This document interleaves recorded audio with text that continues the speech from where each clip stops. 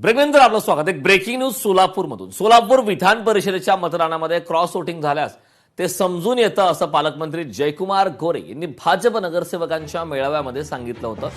याबाबत जिल्हाधिकाऱ्यांकडे आक्षेप नोंदवणार असल्याचं खासदार धैर्यशील मोहिते पाटील यांनी म्हटलंय. कुठल्याही प्रकारचं वोटिंग हे समजून येत नाही.